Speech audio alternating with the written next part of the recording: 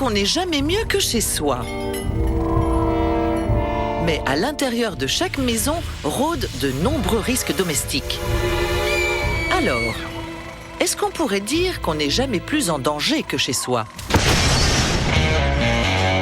Les Mythbusters vont le découvrir. Le travail d'un Mythbuster n'est jamais terminé. Des aspirateurs explosifs. J'ai tout renversé. Oh non! De la lotion solaire qui pourrait vous enflammer la peau. On peut pas prendre de coups de soleil. Hey, on lui a fait prendre feu. Ouais, c'est bien enflammé. Des pianos qui tombent du ciel. Il rebondit sur un toit, puis sur l'autre. Rien ne l'arrête, sauf le béton. Et enfin, des chauffe-eau qui pourraient éteindre des incendies. Oh mince! Les Mythbusters vont mener l'enquête sur une série de catastrophes domestiques. Allez le chauffe-eau, allez! Qui sont les Mythbusters? Adam Savage C'est la science en action. et Jamie Heineman. On va vivre une aventure. À eux deux, ils ont plus de 30 ans d'expérience dans le domaine des effets spéciaux. À leur côté, Carrie Byron. C'est parti. Grand Imahara et Tori Belleci. On va découper cette bagnole. Ils ne se contentent pas de recenser les mythes, ils les mettent à l'épreuve.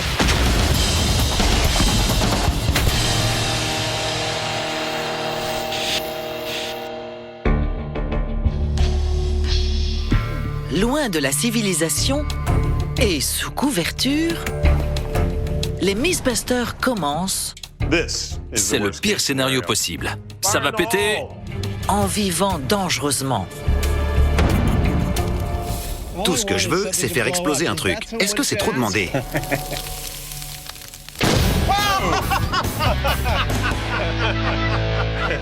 Top là! Bien joué! J'ai parlé trop vite. Bravo tout le monde! Ils ont donc démarré avec fracas. Mais si on commençait par le début? Aujourd'hui, on va consacrer l'épisode tout entier aux mythes sur les catastrophes domestiques. Le premier est particulièrement énorme.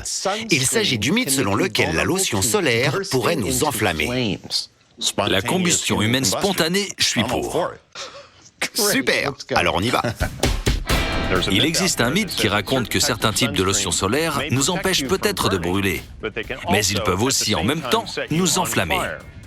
Gardant cela à l'esprit, on est venu dans l'un de nos endroits préférés dans la région de San Francisco où on peut mettre le feu à des objets légalement et sans danger. Oui, à l'intérieur de ce bunker de béton résistant aux flammes, Joli! Adam et Jamie vont tenter d'enflammer de la lotion solaire. C'est ta tenue de feu? Oui, tout à fait. Enfile-la et on va découvrir laquelle de ces lotions est inflammable. D'accord. Une fois Adam équipé, ils vont commencer par les crèmes classiques. Tu n'as qu'à les faire gicler sur la flamme. C'est peut-être l'expérience la plus basique jamais tentée dans Mythbusters. Bon, quand faut y aller, faut y aller. 3, 2, 1. C'est pas inflammable. Non. Allez, on passe à la numéro 2. Elle est pas inflammable non plus. Non. Alors, pourquoi les crèmes n'ont pas brûlé? C'est parce qu'elles sont constituées de produits chimiques et de minéraux, mais surtout, ce sont des produits à base d'huile. Et comme l'huile dans votre vinaigrette, c'est très difficile de la faire s'enflammer. Toujours pas inflammable. Mais on fait que commencer. Maintenant, il est temps de passer aux aérosols. Eh bien, il va falloir étudier celui-là de plus près. Évidemment, c'est une expérience que vous ne devriez pas tenter chez vous. Parce que les aérosols ne font qu'attiser le feu. Oh là là, ces aérosols font sacrément peur. Au final, c'est l'agent propulseur qui fait toute la différence. Alors, quels sont ces agents propulseurs qu'on trouve dans une bombe classique d'écran solaire en aérosol? Principalement du butane et du propane. Le butane, vous le connaissez parce que c'est ce qu'on trouve dans les briquets. Le propane, c'est ce qui fait marcher les barbecues au gaz. On les utilise surtout parce qu'ils sont auto-pressurisés. Ça permet aux fabricants de produire un écran solaire qui se pulvérise sans avoir à mettre un gaz sous haute pression dans cette bombe. Ils sont pas censés être inflammables. En tout cas, pas pour ce produit. Le butane attise les flammes de ce mythe. Allez, c'est l'heure de cuisiner. Le moment est venu de découvrir si ce scénario estival peut vraiment mener à la catastrophe domestique. Seulement au cas où. Notre scénario ici est assez simple à comprendre. Notre pote derrière moi, le chef, est un amateur de barbecue, qui est aussi très pâle. Donc, il se couvre actuellement d'écran solaire pendant qu'il fait son barbecue. On va attendre que la viande soit bien cuite et crache son gras, ce qui va donner des flammes. Et on va essayer d'appliquer de l'écran solaire pour voir ce qui arrive à notre pote. Allez, c'est parti. Je fais peut-être un barbecue, mais ça fait longtemps que j'ai pas mis d'écran solaire. Barbecue Man est pâle comme un linge. Alors Adam s'assure qu'il est efficacement protégé contre le soleil. Mais voilà, c'est pas trop mal. Mais est-ce que cette protection excessivement zélée pourrait vraiment faire du mal à notre ami? Après ça, tu risques vraiment pas de te prendre un coup de soleil.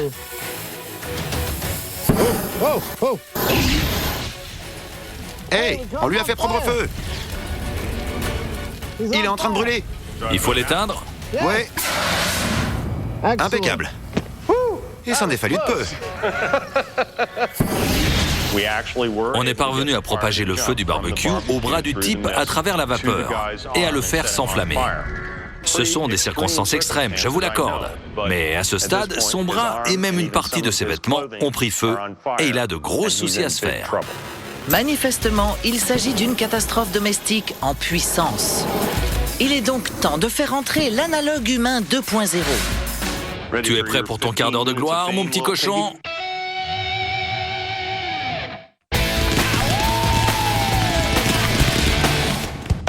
Et maintenant, Carrie, Tori et Grant vont utiliser un piano comme vous ne l'avez jamais vu.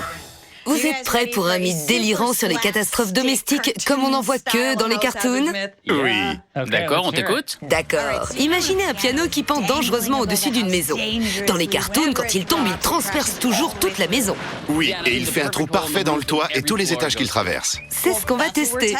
Est-ce que ça se passe vraiment comme ça? On dirait qu'on va devoir larguer un piano sur la maison de quelqu'un. Et je connais personne qui va nous laisser faire ça. Et si on trouvait une maison qui est déjà vouée à la démolition?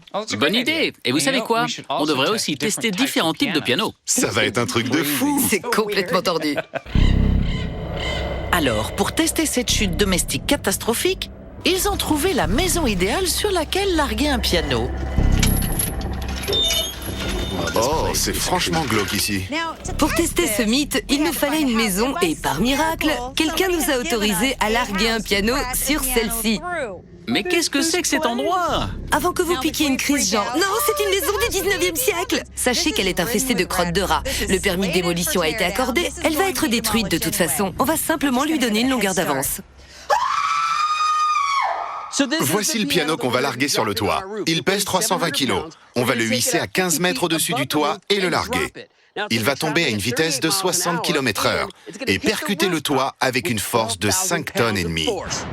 Et ceci est notre toit. On va larguer le piano pile au milieu, au point cible. Un toit comme celui-ci a été conçu pour pouvoir supporter une charge statique d'environ 1 tonne. Maintenant, je vais vous montrer à quoi ça ressemble de l'intérieur.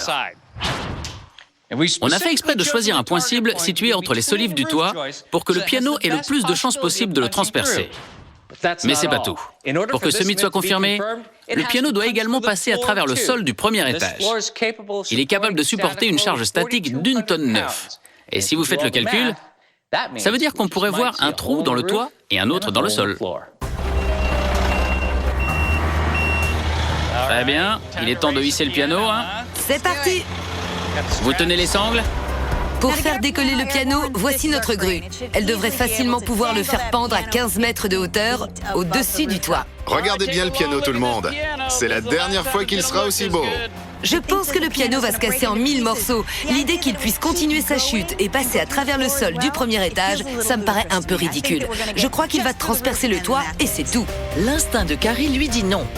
Mais avec un piano de 320 kilos, tombant à 15 mètres de hauteur et percutant le toit avec une force de 5 tonnes 5, ça va cogner dur. Allez, c'est parti. Expérience du piano largué sur une maison à 15 mètres de haut. À 3, 2, 1...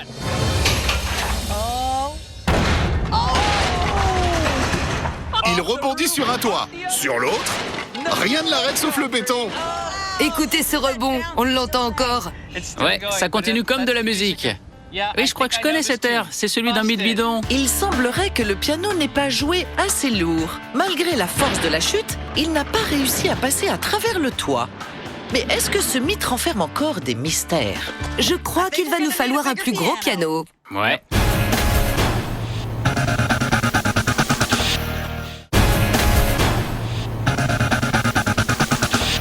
L'écran solaire, il est supposé vous empêcher de brûler. Mais est-ce qu'il pourrait aussi vous donner un bronzage des plus douloureux?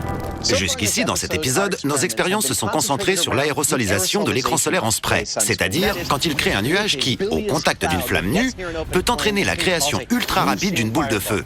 Eh, on lui a fait prendre feu! Mais ce ne seraient pas les seules circonstances où les écrans solaires pourraient s'avérer dangereux.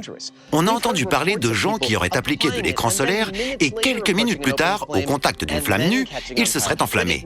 Autrement dit, ils pourraient rester inflammables sur la durée. Mais pour tester cela, on ne peut pas utiliser notre mannequin en fibre de verre parce que sa peau est dure. Il nous faut quelque chose qui ressemble plus à de la peau humaine et qui puisse absorber l'écran solaire. Tu es prêt pour ton quart d'heure de gloire, mon petit cochon? L'autre port. L'idée, c'est que de l'écran solaire en aérosol resterait inflammable longtemps après application. C'est l'heure du barbecue. Et voilà. Mais il faut la mettre à l'épreuve pour savoir si c'est du lard ou du cochon. Maintenant, on va attendre un peu pour laisser le gras ressortir. Pour le premier test, on va appliquer l'écran solaire et attendre 3 minutes avant de l'exposer aux flammes. C'est bon, je crois qu'on y est presque. Tu veux te préparer à l'asperger puis compter jusqu'à 3 minutes? Dakodak. Alors, comment est-ce possible que de l'écran solaire reste inflammable une fois appliqué sur la peau? Mets-en une bonne couche, jusqu'à son bras.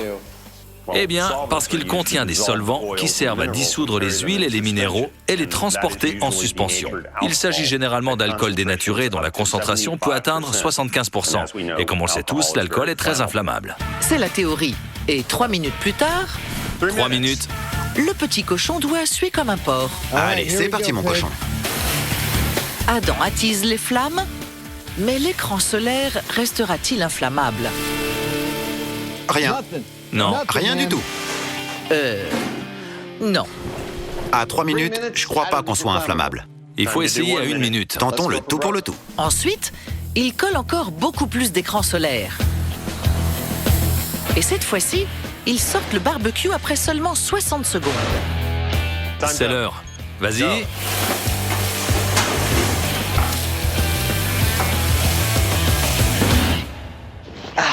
Une minute et ça fait rien du tout. Non. On a appliqué de l'écran solaire en aérosol sur notre cochon et on l'a exposé au feu d'un barbecue après 3 minutes. Puis après 1 minute. Et jusqu'ici, on n'a toujours pas réussi à lui griller la couenne. Maintenant, on va le faire presque instantanément. On va appliquer de l'écran solaire sur notre cochon, attendre environ 5 secondes que le nuage se disperse, puis l'approcher des flammes. C'est parti. C'est bon. Porcinet s'est enflammé. Il a vraiment pris feu? Oh là là, c'est pas vrai! Maintenant que le cochon grille, on peut dire qu'il existe véritablement un risque résiduel, mais seulement 5 secondes après l'application de l'écran solaire. Il semblerait que l'alcool dans ces aérosols s'évapore très rapidement. Mais si vous vous aspergez et que vous exposez immédiatement la zone en question à une flamme nue, comme celle d'un barbecue, vous pourriez avoir de gros ennuis, comme notre ami.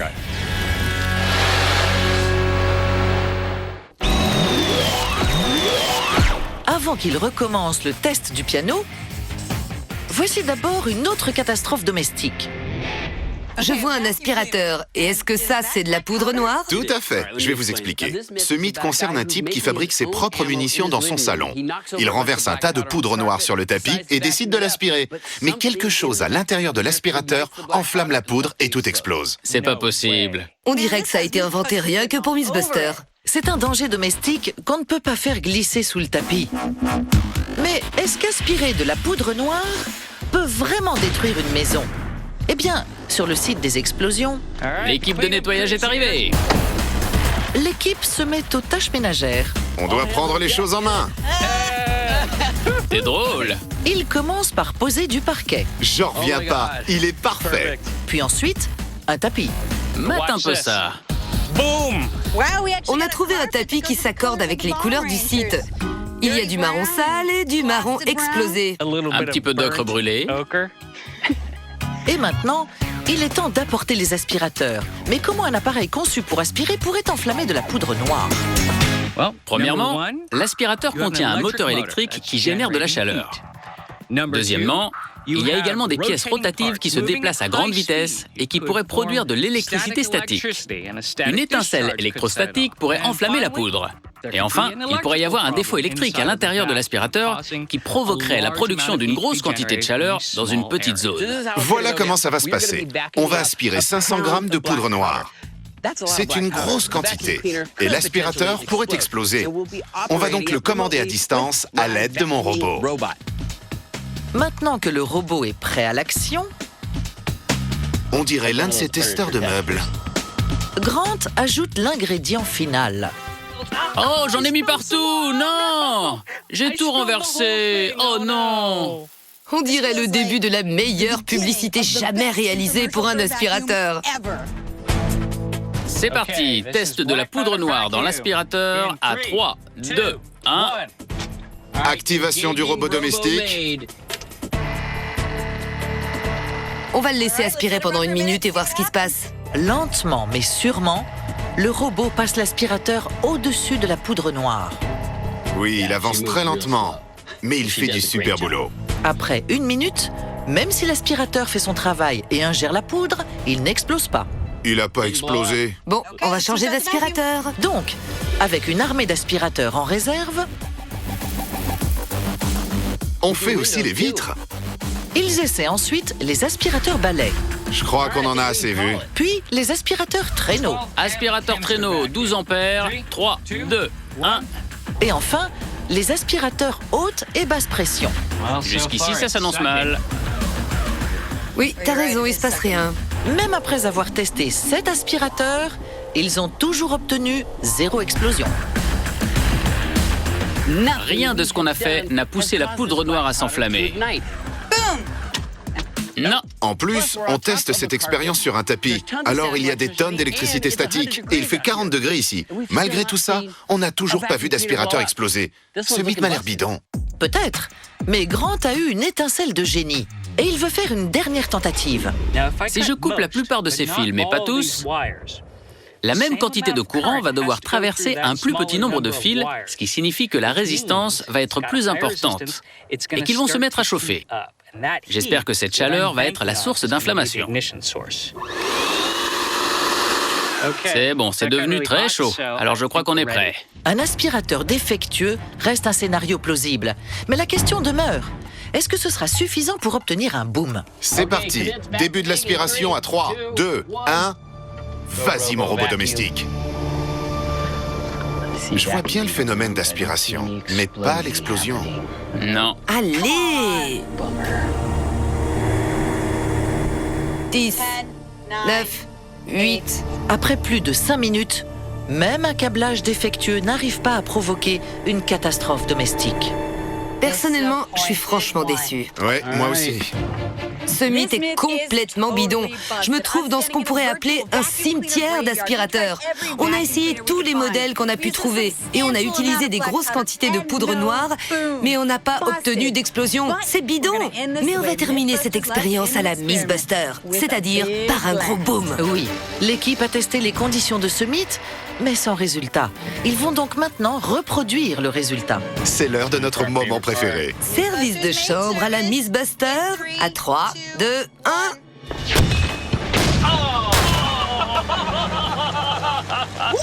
Ça, c'est un aspirateur explosif.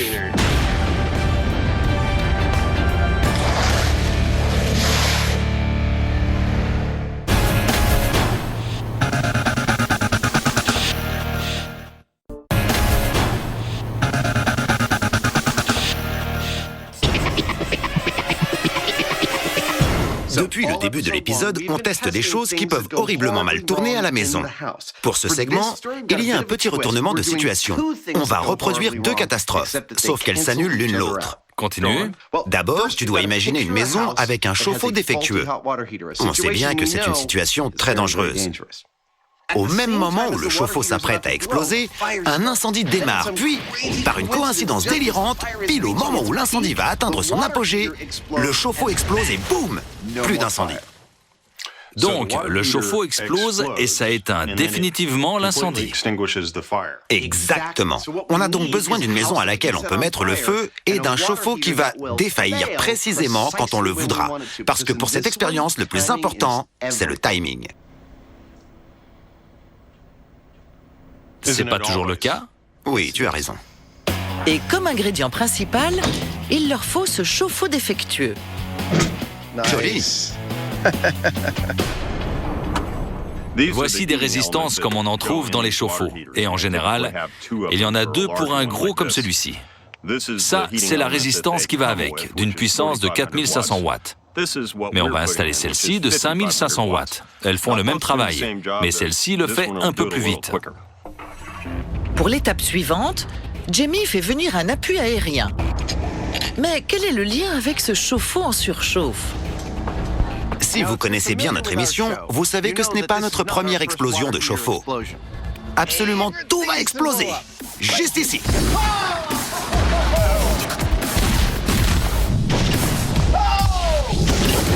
Par le passé, à chaque fois qu'on a fait exploser un chauffe-eau, on a suivi pratiquement la même méthodologie. On a placé un couvercle, on l'a fait chauffer et on a attendu qu'il explose.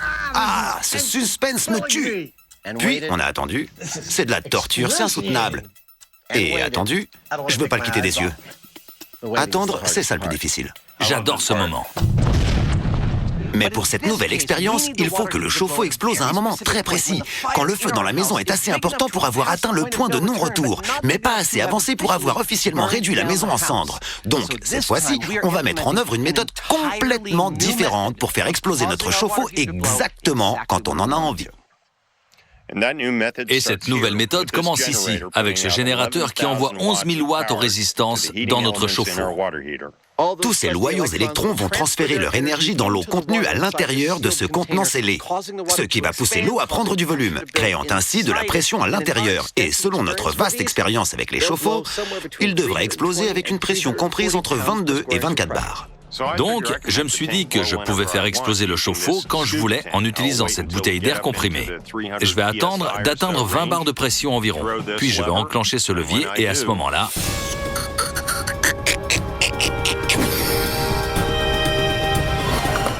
Oh mince! Donc, quand la pression à l'intérieur du chauffe-eau va atteindre 20 bars, J'active l'électricité. Maintenant, on attend. une petite vague de pression supplémentaire va lui faire dépasser son seuil de tolérance et boum. Enfin, ça c'est la théorie. Il faut d'abord effectuer un test pour valider le concept. Et pendant qu'ils attendent, Adam doit s'expliquer. Oh, vous voulez savoir pourquoi j'ai la main dans le plâtre? Évidemment, c'est logique. Eh bien, quand on est arrivé sur ce site, bien avant qu'on commence à tourner quoi que ce soit, on a dû déplacer plein de choses, dont du matériel. Et parmi elles, il y avait les panneaux de notre chambre en verre. Ils font 4 cm d'épaisseur et pèsent 70 kg pièce. Figurez-vous que l'un d'entre eux est tombé sur ma main et qu'il a écrasé mon deuxième os métacarpien au niveau de la première articulation de mon index. Comme d'habitude, il faut attendre longtemps pendant que la pression à l'intérieur du chauffe-eau augmente lentement. 3 bars,4. Ça fait 44 minutes que notre chauffe-eau a démarré. On est déjà à plus de 3 bars, ce qui signifie que la pression augmente pour l'instant à environ 5 bars à l'heure. On s'attend à ce que ce taux d'augmentation devienne progressivement plus important. Sinon, on va passer la journée ici. Idem. Alors qu'ils s'approchent des 20 bars, tout repose sur leur installation. Parce que s'ils n'arrivent pas à déclencher une explosion, ils ne risquent pas d'éteindre le moindre incendie. On en est à 16 bars, tout le monde. À ce stade, l'attente devient vraiment délicieuse. 10 minutes plus tard, il est temps de donner au chauffe-eau sa piqûre de rappel. Le grand moment est arrivé. C'est parti tout le monde, je commence le compte à rebours. Jamie, t'es prêt? Ouais, c'est bon. Très bien. Explosion de chauffe-eau sous haute pression à 5, 4, 3, 2, 1. Vas-y.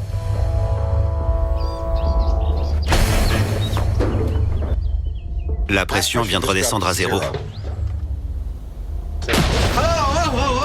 Il a décollé. Il est en l'air. Je le vois. Il retombe sur la droite. C'est parfait. Il va pas arriver trop loin. Bien joué, monsieur. À 1 seconde près. Bravo! Ah, je suis soulagé. Ça s'est merveilleusement bien passé. Le concept est validé. Allons examiner les dégâts de près. Je m'habituerai jamais à cette sensation. Ce dernier petit coup de pouce a provoqué une surpression à l'intérieur du chauffe-eau. Et après une pause théâtrale pour créer le suspense, il a explosé presque à point nommé. Ça sent l'humidité. Et comme dans toute autre explosion de chauffe-eau, le couvercle retourné que vous voyez là était concave avant ce petit voyage qui l'a rendu convexe. Comme vous pouvez le voir, le sol est humide par ici. Ça a créé un rayon d'environ 8 mètres. C'est ça qui, on l'espère, va éteindre notre incendie. Ah ouais, quand même. Quelques soudures et il sera comme neuf. Eh bien, c'était absolument magnifique. Il semblerait que bien qu'on soit de vieux habitués quand il s'agit de faire détonner ou exploser des chauffe-eau, on a encore quelques trucs à apprendre. Maintenant, on sait exactement comment faire exploser un chauffe-eau quand on en a envie. Le moment est donc venu d'appliquer cette technologie à une maison en feu. Parce que n'oubliez pas qu'on essaie d'éteindre un incendie avec l'énergie dégagée par l'explosion d'un chauffe-eau. On devrait bien se marrer. Et maintenant, c'est au tour d'un mythe qui pourrait faire un mal de chien. Imaginez une famille qui décide de sortir pique-niquer sur la terrasse. Ils installent tout, ils s'en vont, et quand ils reviennent, la terrasse est ravagée par les flammes.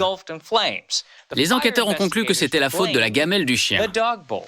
Attends, comment une gamelle a pu mettre le feu? Apparemment, la gamelle a réussi à focaliser les rayons du soleil sur un point tellement petit qu'il a assez chauffé pour enflammer et brûler la terrasse. C'est intéressant. Selon le mythe, les gamelles pour chiens peuvent être de vrais troubles-fêtes. Mais est-ce qu'une gamelle a vraiment créé ce brasier ou est-ce que les enquêteurs ont suivi la mauvaise piste? C'est l'heure du pique-nique de la mort à la Miss Buster. On va pas maltraiter de chiens pour cette expérience, hein? Absolument pas. Alors voilà le scénario. Une famille décide que c'est le jour idéal pour un barbecue sur sa terrasse en bois. Ils installent donc tout ce qu'il faut, puis ils s'en vont. On a créé un plateau hautement inflammable, espérant ainsi obtenir une bonne flambée. Pour cela, on a disposé des gamelles pour chiens qui vont focaliser la lumière du soleil sur des petites zones. Et on espère profiter de températures d'inflammation basses, par exemple 130 degrés pour les fleurs séchées, 150 degrés pour le bois en décomposition, 212 degrés pour le papier.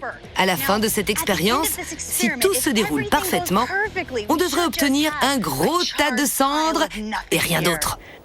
Pour y parvenir, ils se sont procurés 2 sortes de gamelles pour chiens. La surface brillante et incurvée de la gamelle en métal réfléchit les rayons du soleil en un foyer extrêmement chaud.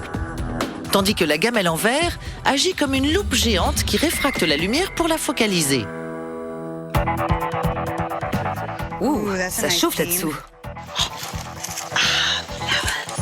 Dans seulement quelques secondes, les fleurs Il y a une trace de brûlure. Les gars, les fleurs brûlent. Quoi? et la nappe commencent à fumer. Vous sentez comme ça brûle? Mais la météo de San Francisco a d'autres idées. Le vent souffle et refroidit tout ce qu'on essaye de faire chauffer. On a donc essayé de régler le problème en installant un coupe-vent, mais ça aide pas. On rencontre un autre problème avec l'humidité dans l'air. Il s'avère qu'elle est de 30% aujourd'hui. C'est pas si bas que ça. Donc, à cause de toute cette humidité dans le bois en décomposition, l'énergie solaire est absorbée. Bref, si on s'attend à voir toute cette zone prendre feu, c'est pas pour aujourd'hui. C'est impossible, à moins qu'il fasse monter la température d'un cran. Mais comment s'y prendre pour créer un été artificiel ? On utilise ceci. Il s'agit d'une lampe de cinéma qu'on appelle une 20K. C'est parce qu'elle projette environ 20 000 watts. Pour nos besoins, c'est parfait parce que ce filament de tungstène dégage 80% de son énergie sous la forme de chaleur infrarouge. Ça va permettre de chauffer notre plateau et de réduire le taux d'humidité. Vous êtes prêts tout le monde? Parce que ça va chauffer. Action! N'oubliez pas qu'ils se servent toujours du soleil pour créer les foyers. Il est bien celui-là. Mais la lampe de cinéma permet d'avoir un plateau chaud par une journée froide. Qu'est-ce qu'il fait chaud ici? On se croirait dans le désert. La température sur le plateau atteignant les 42 degrés, les foyers chauffent très rapidement. La température atteint des sommets à notre petit pique-nique. Les gamelles pour chiens en métal créent des points chauds. Pareil pour celle en verre. Je crois que tout ça va bientôt s'enflammer. C'est bon, ça a pris feu. Oh la vache, tout est en train de brûler. Le plateau a pris feu. Après seulement 2 minutes sous le soleil cuisant, ils ont obtenu des flammes. Réessaye. Pas sur mon visage. Et voilà. Mais malgré toute la bonne volonté de Carrie, les gamelles en verre démarrent plus de feu qu'elle ne peut en éteindre. Ouais, c'est comme ça qu'on vient à bout d'une piñata, avec le Je feu. crois qu'on a notre bonne flambée, tout le monde. C'est incroyable, mais après seulement 5 minutes, les gamelles en verre ont été à la hauteur de leur réputation de pyromanes.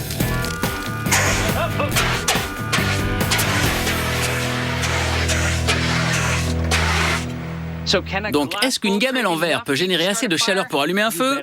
Et comment? Mais on a dû arranger les circonstances pour que les conditions spécifiques soient réunies. Il faut un faible taux d'humidité, une température ambiante élevée, et le soleil doit être à la bonne position dans le ciel. Mais si tous ces éléments sont présents, oui, on peut obtenir un feu, et ce mythe est confirmé. Eh bien, on peut dire que c'était vraiment un barbecue d'enfer. Je dis que ce mythe est confirmé. Oui, il est carrément confirmé. Prenez les chiens. Allez, venez. J'adore les chiens.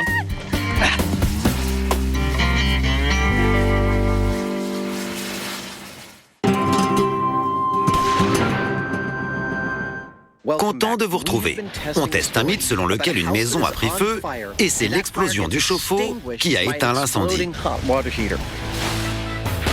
Pour pouvoir tester cette histoire, on a dû trouver une toute nouvelle méthode pour faire exploser un chauffe-eau sur commande. On l'a testé et elle fonctionne parfaitement. Bien joué, monsieur! Maintenant, le moment est venu de tester si ce chauffe-eau explosif a véritablement des capacités d'extinction d'incendie. Oui, et pour cela, il va falloir qu'ils mettent le feu à la maison. Voici donc notre joli petit cottage. Il va être construit aux normes. Il aura tous les équipements modernes. Il y a même une belle vue sur le lac. Il n'est pas mignon, du moins, il l'est pour le moment. Et toute maison au bord d'un lac a besoin qu'on y installe un extincteur rempli à ras-bord. J'adore faire un siphon, on dirait toujours un tour de magie. Et maintenant, on peut commencer à meubler. Comme un magicien.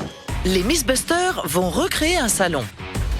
Ils ont même pensé au tapis à poils longs. Ce tapis est franchement répugnant. Bien joué. Au canapé douillet C'est très réussi. et à de nombreux objets combustibles. Qu'on est bien chez soi. Vas-y, tu peux l'allumer. Joli. Maintenant, éteins-le.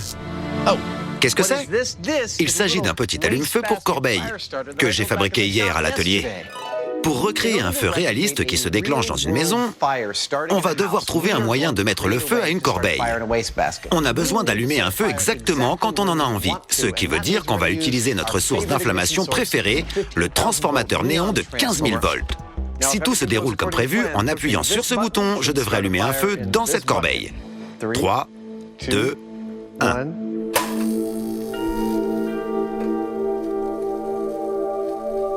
Et voilà le travail. Attendez, c'est bien. Je pense que j'en ai assez dit. Non, attendez, il reste un dernier détail. Tout le monde a une jolie petite couverture qu'on pose sur l'accoudoir du canapé. C'est diabolique.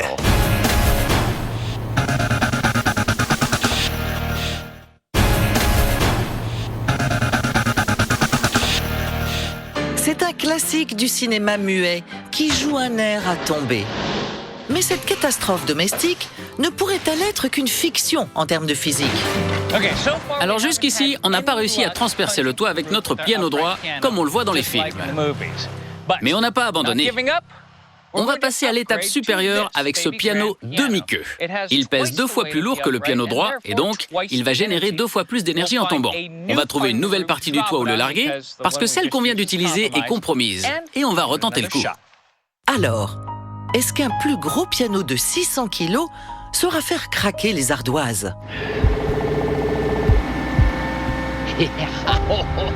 Je sens que ça va être génial. Je vous le dis, on va bien se marrer.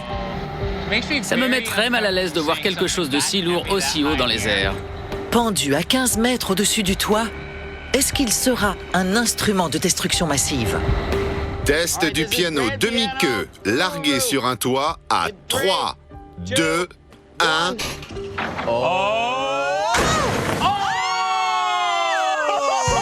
Il est coincé! C'est génial! J'ai cru qu'il allait passer à travers. C'était excellent! C'était hilarant. Il n'a pas fait de trou, mais il est resté coincé dans le toit. C'était génial. Allons voir ça de plus près. C'était trop marrant. Tori a peut-être pris son pied, mais ceux du piano sont la seule partie de l'instrument à avoir pénétré dans le toit. Waouh! On voit pas ça tous les jours. Non. Il est resté coincé dans le toit, c'est énorme. Je crois qu'au stade où on en est, on peut dire que ce mythe est bidon. On a essayé à 2 reprises avec 2 types de pianos différents et on n'a pas fait de trou. Le piano demi-queue était donc suspendu à 15 mètres au-dessus du toit. On l'a lâché et j'étais certain qu'il allait transpercer le toit. Mais comme vous pouvez le voir, seuls les pieds sont passés à travers. Le reste du piano est toujours sur le toit. Malheureusement, ça se passe pas comme ça dans les films, alors ce mythe est bidon. Bidon, oui. Mais ce n'est pas terminé tant qu'un piano ne sera pas passé à travers le toit. Vous regardez toujours le programme de musique expérimentale de Miss Buster. Et maintenant, on va ajouter du sable. 700 kilos de sable. Ça va remplir tous les recoins du piano et on espère que ça va nous avantager parce que jusqu'ici, le score est de 2 pour le toit, 0 pour le piano. Autrement dit, ils mettent toutes les chances de leur côté en remplissant de sable le piano. Et après l'avoir accordé, Ça sonne mieux. Plein de musiciens doivent me détester en ce moment, mais bon. le piano bien rempli est prêt à lâcher du lourd. Vous connaissez un des Beach Boys? On dirait que le marchand de sable est passé. Arrêtez un peu, on a un piano à suspendre dans les airs. C'était super drôle. Mais j'ai envie que tu largues le piano sur ma tête. Allez, approchez la grue. C'est bon, il est sorti des arbres. Le piano pend désormais à 23 mètres au-dessus du toit. Le moment est venu pour le dernier mouvement. Voyons si ce mythe peut encore sauver la face et détruire le toit. C'est parti pour la dernière expérience. Un piano plus lourd, largué de plus haut. 3, 2, 1...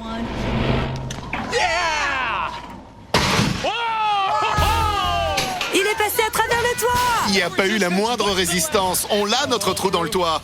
C'est génial. C'était vraiment excellent. Bien visé.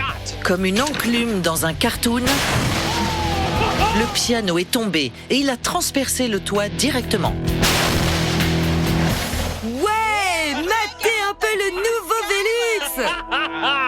C'était vraiment excellent.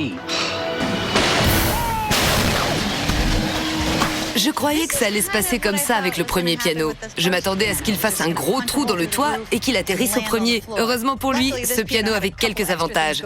On l'a largué de beaucoup plus haut. Il était beaucoup plus lourd et tout ce poids était concentré sur une plus petite surface. Alors ça a donné un joli petit... Pow! C'était comme un boulet de démolition. C'était génial. Bon, il aura fallu plusieurs tentatives, mais on a fini par faire un trou dans le toit avec un piano. Malheureusement, le mythe reste bidon. Oui, c'était un piano droit rempli de sable, pesant un peu plus d'une tonne et largué à 23 mètres de haut. Ce n'est pas une situation normale. Je crois que personne nous appellera jamais pour déménager un piano. Je sais pas, quelqu'un nous engagerait peut-être. Quelqu'un qui veut un Vélux.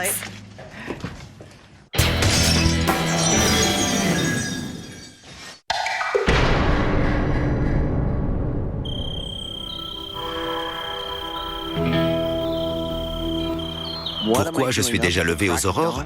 Je me suis posé la même question ce matin. Mais voilà pourquoi. On se trouve dans la région de l'Or, du nord de la Californie, et on est en plein milieu de la saison des feux. Comme on va mettre le feu à notre maison et faire exploser notre chauffe-eau, les pompiers ont peur, à juste titre, qu'on cause un feu de végétation. Ils nous ont autorisés à mener cette expérience, mais seulement entre 8 et 9 heures du matin. On s'est donc pointé à cette heure indue pour tout installer et préparer, afin de pouvoir appuyer à 8 heures sur le bouton, mettre feu à la maison, faire exploser le chauffe-eau et en finir avec cette expérience, sans provoquer d'incendie bien sûr. Oui, Adam. Et une fois l'interrupteur actionné Allez, c'est parti. et le chauffe-eau en train de chauffer, Le soleil se lève et les équipes d'urgence se tiennent prêtes. Le soleil s'est levé, il fait beau en ce tout début de matinée et on est pratiquement prêt. Le chauffe-eau est à 7 bars de pression, ce qui reste dans sa cote de sécurité. Mais il est temps d'aller nous mettre à l'abri dans un bunker. Je me trouve à l'épicentre du futur incendie, là où ma corbeille a été remplie de papier pour servir de combustible et mettre le feu au canapé et aux rideaux. On est à 10 minutes du grand moment et je dois avouer que je suis tout excité. Les Mythbusters sont allés se retrancher dans le bunker parce que le chauffe-eau ne va pas tarder à exploser. On est à 14 bars. La grande question est, éteindra-t-il l'incendie imminent? Je me trouve dans le centre de commandement. On a un gros plan sur le point d'allumage et un plan d'ensemble de la pièce où l'incendie devrait se déclarer. Ça, c'est notre interrupteur d'allumage et ça, notre pressiomètre. On est fin prêt. J'aime bien quand nos jauges s'accordent. Personnellement, je crois que le feu va prendre entre 2 minutes et 2 minutes 30 pour atteindre le point de non-retour. Et je pense que le chauffe-eau va l'éteindre quand il va exploser.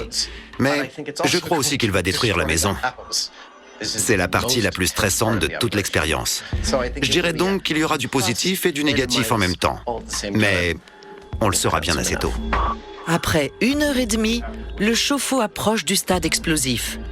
Il est donc temps de s'intéresser à notre allume-feu. Allez, c'est parti, je vais mettre le feu. 3, 2, 1... Ça a fonctionné comme un charme. Carrément. Oh la vache. À l'intérieur de la maison, les flammes prennent rapidement le dessus. Il y a beaucoup de fumée. Le feu continue de se propager, mais la fumée obscurcit ma caméra en hauteur. Comme l'incendie fait rage et que la pression du chauffe-eau approche des 20 bars, ils sont prêts à combattre une catastrophe avec une autre. On y est. Jamie, je vais démarrer le compte à rebours, t'es prêt? Le feu brûle bien? Ouais, c'est un bel incendie. Super. C'est parti. Ça va péter. On va faire exploser ce chauffe-eau à 5, 4, 3, 2, 1, vas-y! Dépêche-toi de rentrer!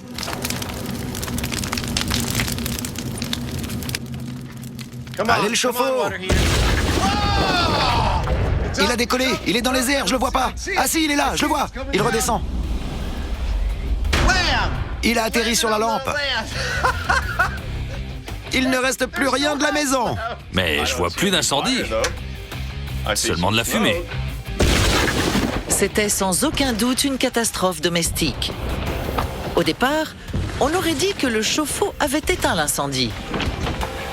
Cependant, une fois la poussière retombée, On dirait qu'il y a toujours un petit incendie. Il semblerait que le chauffe-eau ait pas beaucoup aidé la situation.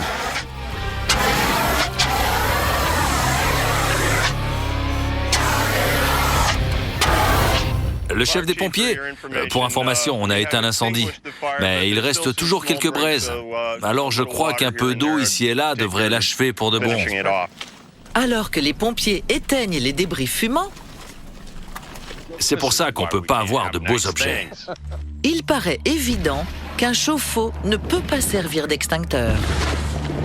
Ça aurait pas pu être plus spectaculaire. On a provoqué une première catastrophe domestique. Un petit incendie démarré dans une corbeille allié à une deuxième, l'explosion d'un chauffe-eau. Toutes les deux, elles ont créé une troisième et dernière catastrophe. Celle-ci fatale, la destruction complète de la maison. Le but de cette expérience était de découvrir si une catastrophe domestique, l'explosion d'un chauffe-eau, pouvait en annuler une autre, l'incendie.